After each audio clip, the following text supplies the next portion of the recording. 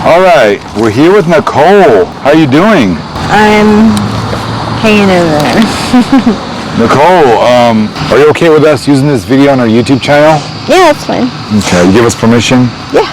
Where are you originally from? Washington State, actually. But I've been down here for a little over half my life now. Yeah, Washington State? What part? The western side. Oh, okay. Like Monroe, Seattle, Everett area. Did you go to high school over there? I did. What about college? Did you go to college? No, I always wanted to. That was my plan, but that got all fucked up. How old are you? Shit, I don't even remember. 39? 39? You look a lot younger. Thanks. Do you have a problem with drugs? Not having enough of them is my only problem right now. All right. What drugs are you struggling with? Struggling to stay inebriated in any way, shape, or form to where I'm not feeling much of anything these days. That'd be nice with heroin or opiates of some sort. And then there's always the nice uppers, you know, like meth or...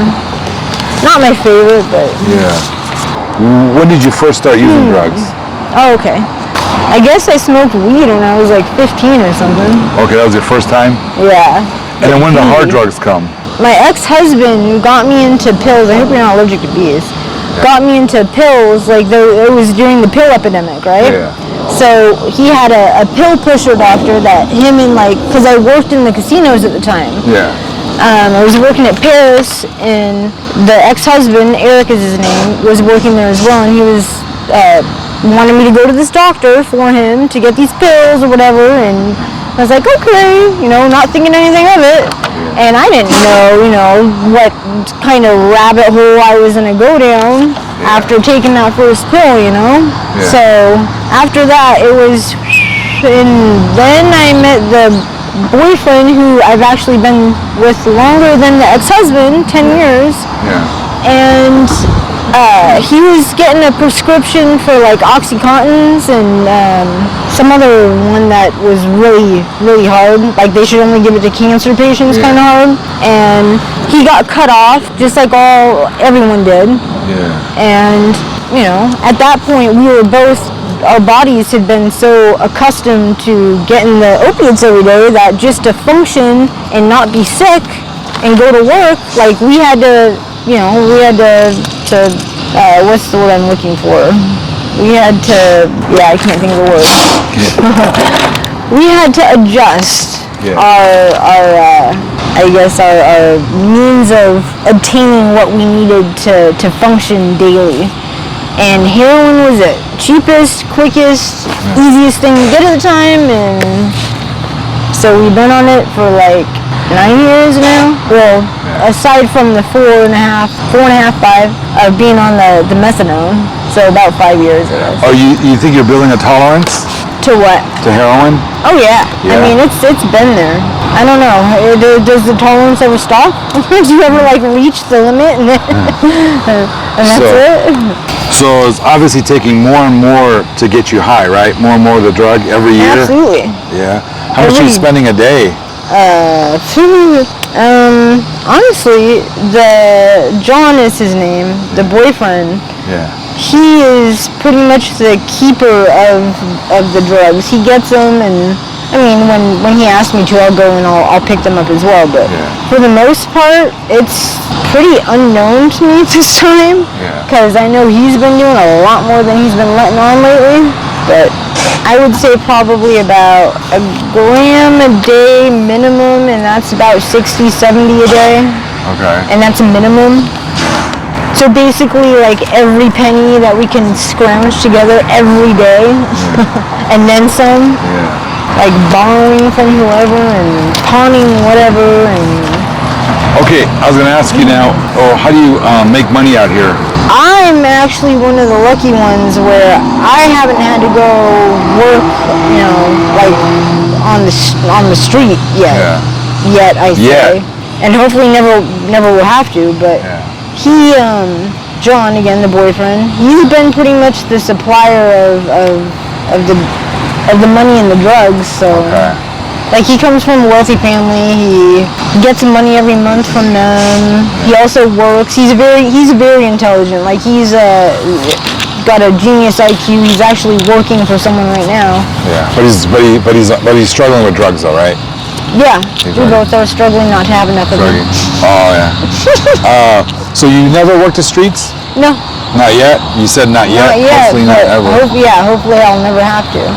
Can you describe the withdrawals you get when you're coming off of heroin? Oh, God. Yeah, describe it to us. That is, it's like the flu, but you also have, like, crazy anxiety. Where'd she go? She's in the car. Crazy anxiety. Can't sit still. You can't sleep. So it's like, kind of like having the flu. You just can't sleep it off, you know? You gotta be awake and feel every second of it. And it sucks. Like, a lot. What's your message to young people wanting to experiment with heroin? Don't. I mean, everyone out here even. Like, there's a lot of people, believe it or not, that don't. That's not their drug of choice. Yeah. Or any drug. What's your message about any drug? Well, the heroin, the opiates is my big thing. Like, I will tell them if they're just, if I know that they don't do heroin, and they're, just let me have one hit. Just one hit. You know, my stomach is upset, or, you know, I need to relax, or some bullshit like that. Bull crap, sorry. Yeah.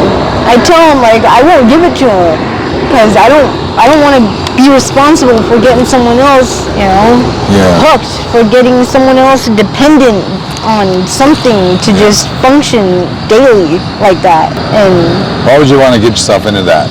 Right? What's the hardest thing about living out here, or living on the streets? Keeping clean.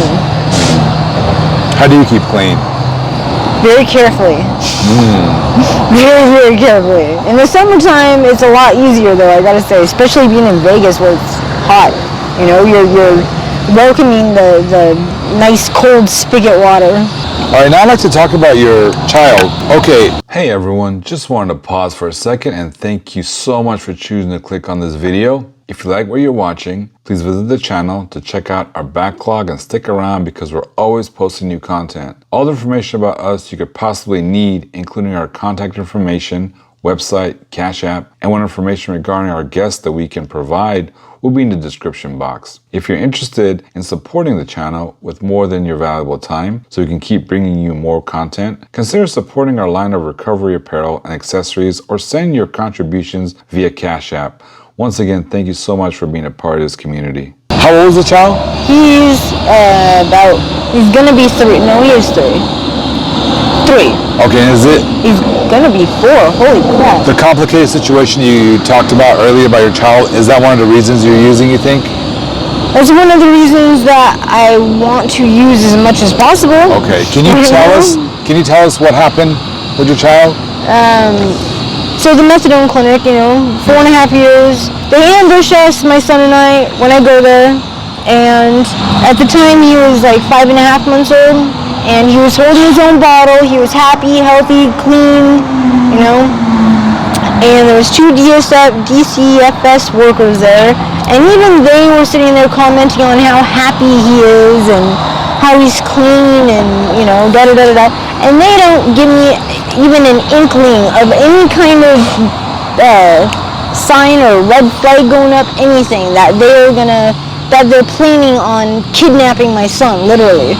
And they tell me that they're gonna follow me because at the time I had just gotten evicted from where I was living. So they told me that they had 2 places. She verified on the phone that there was space available, and that they were gonna follow us there, my son and I, in our car there, and get us set up. And I was like, okay, great, you know, that's perfect. I've been, you know, praying for that. She's like, okay, we'll go dose, and when you come back, let me call my supervisor, and when you come back, we'll go. And then I go dose, and I come back, and I see her, you know, hanging up the phone. She's like, okay, we'll change your plans. We just have to run by my office real quick, and then we'll go. And I was like, okay, you know, and still, because I hadn't done anything wrong, like, he was perfect. He was happy, healthy, clean, loved, like, there's nothing wrong. No reason for them to want to take him.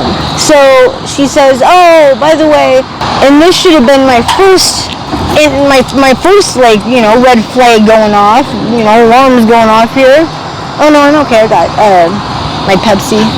But she's like, okay, well, he's got to ride with us there though. And I'm, okay, you know, I'm not really thinking too much of it because again, she hadn't given me any indications and I'm not doing anything wrong. I'm not doing anything to get him taken from me. So I agree to it. I'm like, okay, you know, whatever, maybe that's just their protocol, whatever.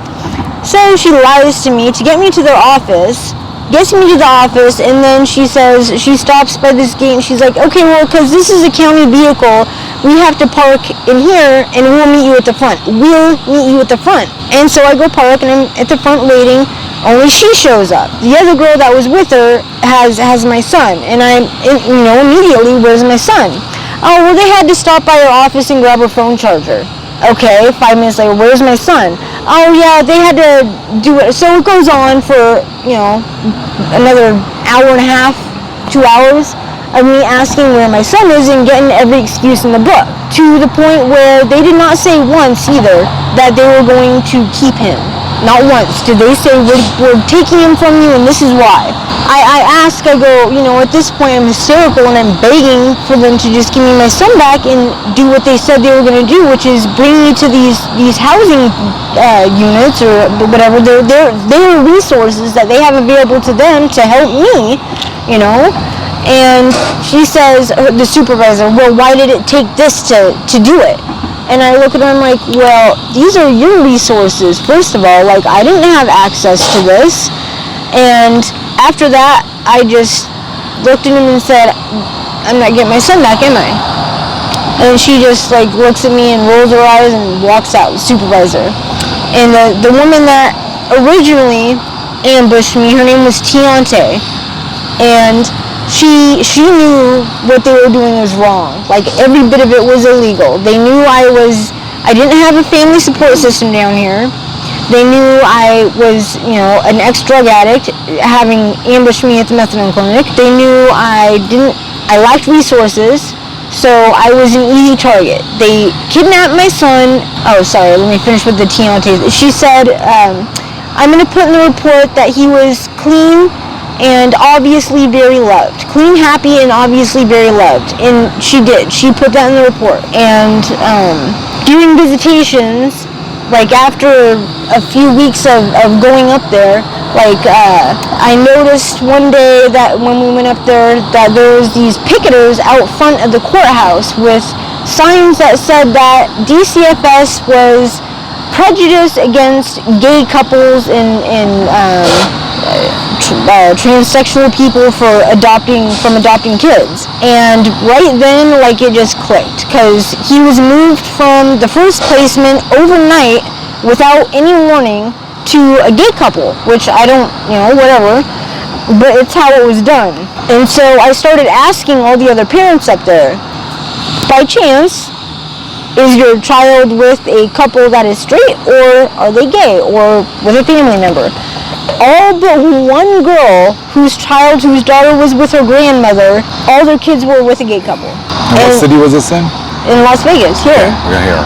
And I think that they were just trying to prevent a lawsuit and secure, you know, their funding for the next year. And I mean, why else would 9 out of 10, you know, parents up there have their kids placed with a gay couple suddenly? You know, and what triggered me asking was not just the picketers, but I overheard a conversation with another couple of parents that were up there with their social worker, saying that the foster parents or whatever were claiming that the child doesn't have a bond with them anymore, and they need to hurry the adoption along. So they, again, because they were in, you know, the same boat that I was in, yeah, they had their rights completely fucking ignored and kidnapped their child as well. Yeah. Like I said, easy target. Okay, I'm so sorry about that. And now, who is your child living with now? The gay couple that same ones, okay. Yeah. Same ones, and then they're not adopted the child yet. No, they adopted him. You relinquished your rights? Your rights are gone? Well, the thing is, like, for humans, there's an attachment theory, and humans are supposed to form their attachment between the ages of 2.5, and Oh no, I'm sorry. I guess it would be 1 and 3. And he was approaching like 2.5 at the time. And that was like right at the peak time when he was, forming his attachments. And I could already tell, like at visitations, that he was attached to them. Okay. And then because of the COVID crap, I had to have video visits with my son instead of actual visits at the end. And I could see, though, that they were, one of their names, was really good with him. I could tell that he really cared about him. And, like, there was a lot of things that he was doing that I would do as well. And the way that they had been handling my case from the jump, from the start, from the kidnapping itself, I knew that they were not going to give him back to me. Like, they were doing everything that they possibly could to keep him from me from the second they took him. You didn't officially relinquish your rights? No, I did. Oh, you did? Okay. Yeah, because and I told them that in court. I said exactly what I said now. Like, he's attached to these people now. Yeah. Okay. Do you regret that decision? No? No. You okay with it?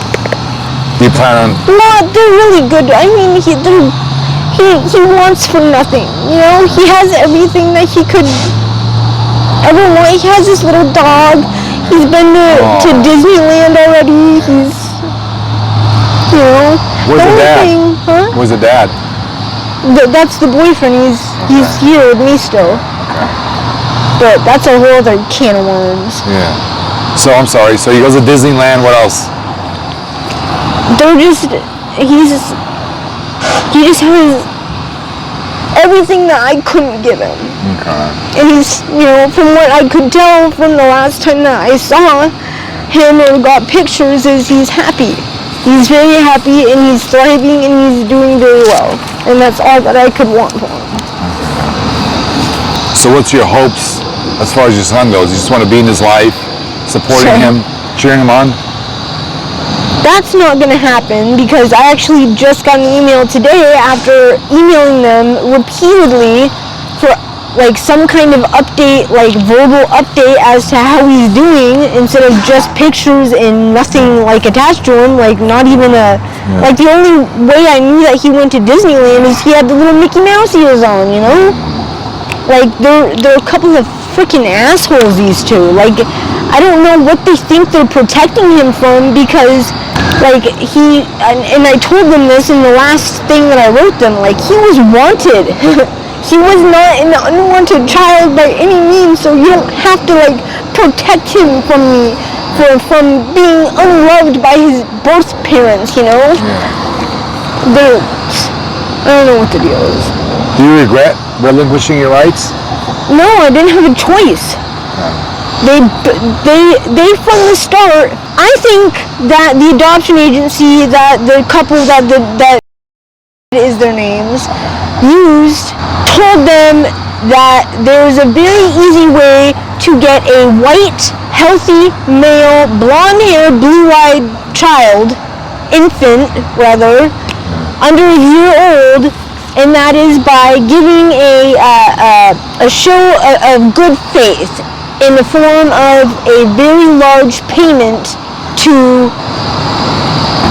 none other than the people that deal in child dealing, apparently. That still goes on. It was a big problem in the 50s, and ever since this crap happened, I've been looking into it, and it's still a major problem. Just the freaking crap that they did to me alone. I know that supervisor woman, I know she got some kind of kickback.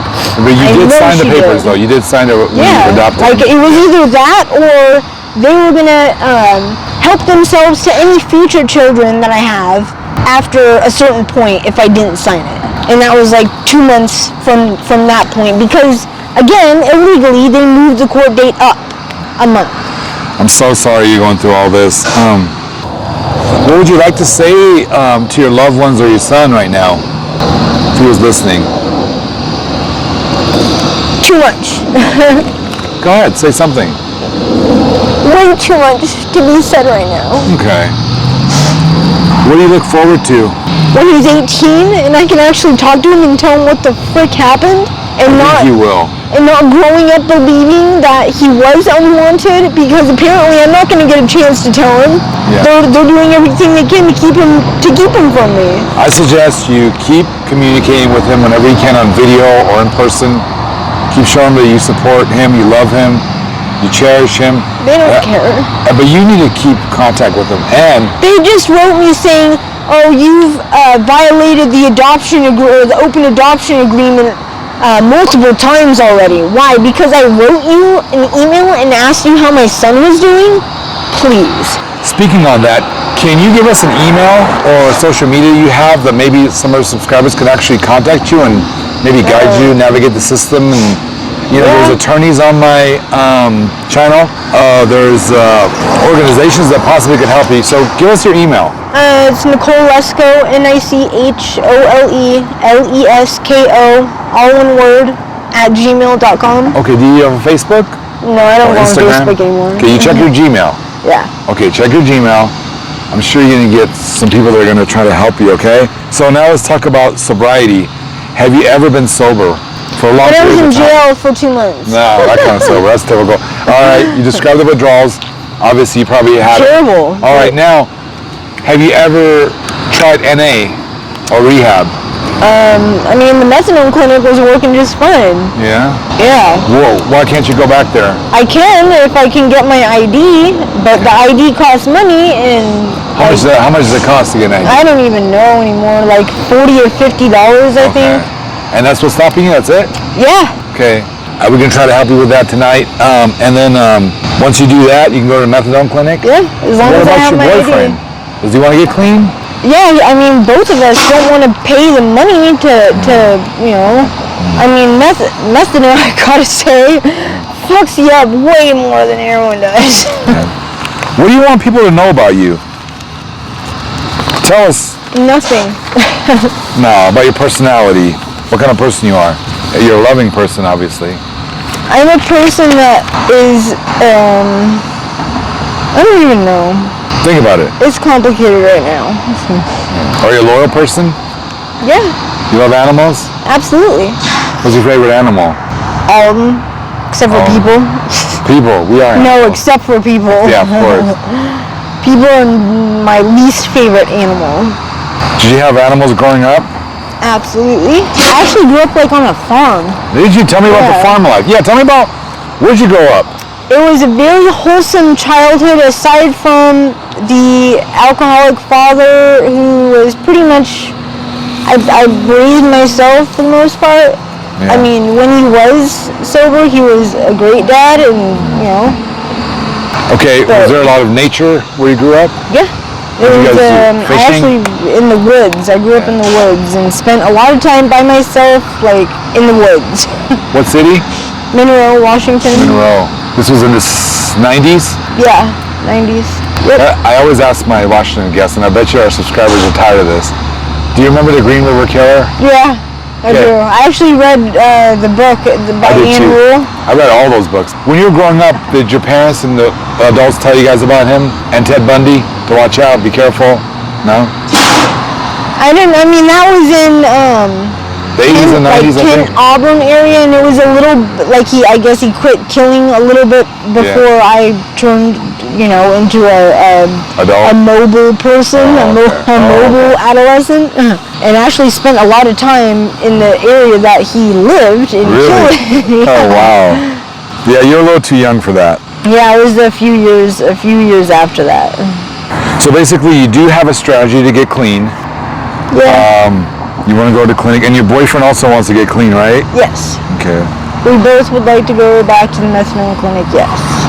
You still talk to your loved ones in Washington, or? I try, but it's been increasingly more difficult for whatever reason. Yeah. Which ones, your parents? My dad. My mom actually passed away when I was the day after Valentine's Day, 2 months before I turned 5. Oh, I'm sorry. So it's just your dad. And you have any cousins or anything you talk to, or relatives? Not really. Do you know anyone in your life right now that's sober and living a good life, living a clean life? Nobody. All your friends are using drugs? I don't really have too many friends. I keep people at a distance. I can only, first of all, I'm like the epitome of an introvert. Yeah. People exhaust the frick out of me. Yeah. And I can only handle like one-ish, two maybe tops at a time. Yeah. And more than that, I just get flustered and it's exhausting. People are exhausting. Nicole, what more can the government do to help the homeless population? You think they're doing enough? Fuck no. They just assume that everyone can, like, that either everyone is nuts or, you know, a criminal and needs to be in jail. All right, some fun questions. Is that okay? I guess. All right. Who was your first celebrity crush? Probably Kiefer Sutherland. Kiefer Sutherland. What movie was he in? Lost Boys. Oh. Yeah. Okay. What kind of music did you like growing up? Like alternative, you know, like the typical Seattle scene. Right. Yeah. Pearl Jam, all that. Pearl Jam. What's the best concert you ever been to? Probably the one for my favorite band at the time, which was Lacuna Coil. It's an Italian band or group. What's it called? Lacuna Coil. Okay. And I actually, it wasn't a planned meeting, but they happened to be in the bar at Hard Rock after the concert, so I got to share a drink with the drummer and everything. I was pretty stoked. That was cool. Yeah. What's your favorite kind of food? Do you like eating? I do, but I haven't really had an appetite lately. What's your favorite kind of food? Italian. Italian? Yeah. Cheesy stuff. Cheesy stuff? Is there a good Italian restaurant around here you like? Buca's always good. It's overrated, but it's still good. Oh, Buca? Yeah, they have that everywhere. Right. So your son is going to be 18 when? What year? I don't even know. I'm not even like looking that far into the future. How old is he? He's 3 now. Okay. He'll be 4 in November. Oh, before November? Okay. Can't believe that. Who would you like to see yourself in a year? In a place, not here. I don't even know. Yeah. Like I said, things are so confusing right now. Yeah. What kind of job would you like to do? Become functional members of society again. You have a high school diploma, right? I have my GED. I got when I was 16. Okay. What do you want to do? Loaded question. I don't even know right now. What are your interests? Drugs right now. Right now, drugs. Like I said, right now after just thinking, talking about all that again. Well, thank you for the interview. Did this help you at all? Tell me your experience with this interview. How was it? Did you get anything out of it? It wasn't as bad as I thought it'd be. Did you get anything out of it? Yeah, it was made me realize I need to think about a lot of things. Well, you talking to me More helps in me out. depth. Well, you talking to me also helps me out. You know? Well, good. Yeah, thank you. I was also struggling for many years, and matter of fact, I'm supposed to go to an AA meeting tonight in Vegas. You're not from here? No, I'm from California, so thank you for reminding me. But I visit here all the time, and I work here sometimes. But you just remind me that I have to go to a meeting tonight because I promised somebody on YouTube. So thank you so much for this interview. You're welcome. You have a great story, and I wish you the best, and I hope that you continue to form that bond with your son. Me too. I'll let you know in 18. Well, I guess that would be 16 years. I hope you're back on your feet next time I come around here. No, I know how to count. That would be 15 years. Yeah, 15. So 15 years. Yeah. 32, 30, Actually, 37? Closer to 14 actually, because November is right around the corner.